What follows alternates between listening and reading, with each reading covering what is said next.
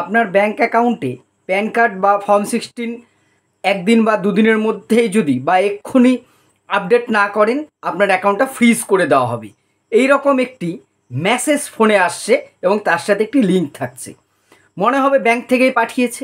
এক্ষুনি আপনি ঘরে বসে এটা না করলে আপনার ব্যাঙ্কের অ্যাকাউন্টটা ফ্রিজ হয়ে যাবে। হয়তো আপনার কোনো মহিলাদের ক্ষেত্রে বিশেষ করে লক্ষ্মীর ভাণ্ডারে টাকা ঢোকে বা অন্য কোনো টাকা ঢোকে, তাহলে সেটা ঢোকা বন্ধ হয়ে যাবে। এই ভয়ে আতঙ্কে মানুষ কী করছে, যে এই লিঙ্কটা ক্লিক করে দেখার চেষ্টা করছি।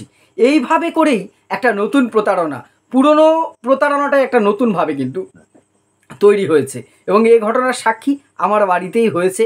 তাই এই বিষয়টা নিয়ে আজকে একটু আপনাদের সচেতন করবার জন্য বা একবার জানা জিনিসে আরও একবার একটু সতর্ক করবার জন্য কয়েকটা কথা বলবো।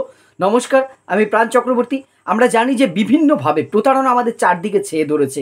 সারা পৃথিবীর সাথে সাথে যেন আমাদের ভারতবর্ষ তথা আমাদের পশ্চিমবঙ্গে যেন ঠক বাজতে গাউজার এরকম একটা পরিস্থিতির সৃষ্টি হয়েছে। প্রতিটা পদে পদে পদে পদে প্রতারকরা যেন ফাঁদ পেতে বসে আছে, কোনো জায়গাকেই ছাড়ছে না এবং তাদের মূল টার্গেট আপনার তথ্য হাতিয়ে নিয়ে ব্ল্যাকমেলিং করা বা ভুয়ো কিছু করা, অথবা তার যে সফট টার্গেট যেটা, সেটা হচ্ছে আপনার ব্যাঙ্ক অ্যাকাউন্টে আপনার যে গচ্ছিত টাকা আছে, কষ্টার্জিত টাকা, সেটাকে গায়েব করে দেওয়া। এবং তারা এতটাই পারদর্শী, মুহূর্তের মধ্যে এটা করে থাকে। নতুন একটা কৌশল, সেই পুরনো মদ নতুন বোতলে এরা নতুন করে একটা কৌশল হচ্ছে। গত কালকেই আমার মিসেসের মোবাইলে একটি মেসেজ আসলো যে আপনার অমুক ব্যাংকের এই অ্যাকাউন্টে যদি ফর্ম 16 অথবা প্যান কার্ডটা আপডেট না করেন আপনার অ্যাকাউন্টটা কিন্তু ফ্রিজ হয়ে যাবে এবং ইমিডিয়েট এক্ষুনি এটাকে আপডেট করুন এই লিঙ্কে। এইভাবে করে আসছে। এইবার যেহেতু আমি একটু বিষয়গুলো নাড়াচাড়া করি, তখনই বিষয়টা দেখে আমার সন্দেহ জাগলো যে না, এইভাবে করে তো ব্যাংক হ্যাঁ আপডেট চাইতেই পারে, সেটা মেসেজ করে জানতেই পারে, কিন্তু অ্যাকাউন্ট ফ্রিজ হয়ে যাবে কোনো সময় না দিয়ে একটু খটকা লাগলো। এবার ব্রাঞ্চে যেয়ে যোগাযোগ করার পরে সেটা যেটা বললো যে না, এইরকম কোনো ব্যাপার এই মুহূর্তে নেই। কারণ আরও সন্দেহের কারণ হচ্ছে কিছুদিন আগেই কেওয়াইসি আপডেট করা হয়েছে। যে অ্যাকাউন্টে আমার কেওয়াইসি আপডেট করা রয়েছে সেই অ্যাকাউন্ট হঠাৎ করে এরকম তো চাইতে পারে না। এবার কেওয়াইসির জন্য ব্যাংক থেকে সাধারণত এই ধরনের মেসেজ আসে, আমরা অভ্যস্ত।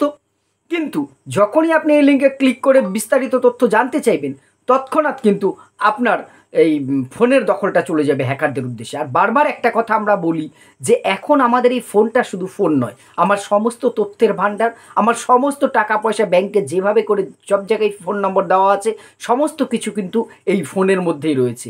এই ফোনটা যদি হ্যাক করতে পারে প্রতারকরা, তারা এতটাই এক্সপার্ট, এতটাই এই বিষয়ে মানে জানে যে আমরা আমাদের ধরা ছোঁয়ার বাইরে। আপনারা অনেকেই বিভিন্ন ভিডিও কমেন্ট করেছেন যে আমার ওটিপি এটা সেটা ওরা জানবে কী করে।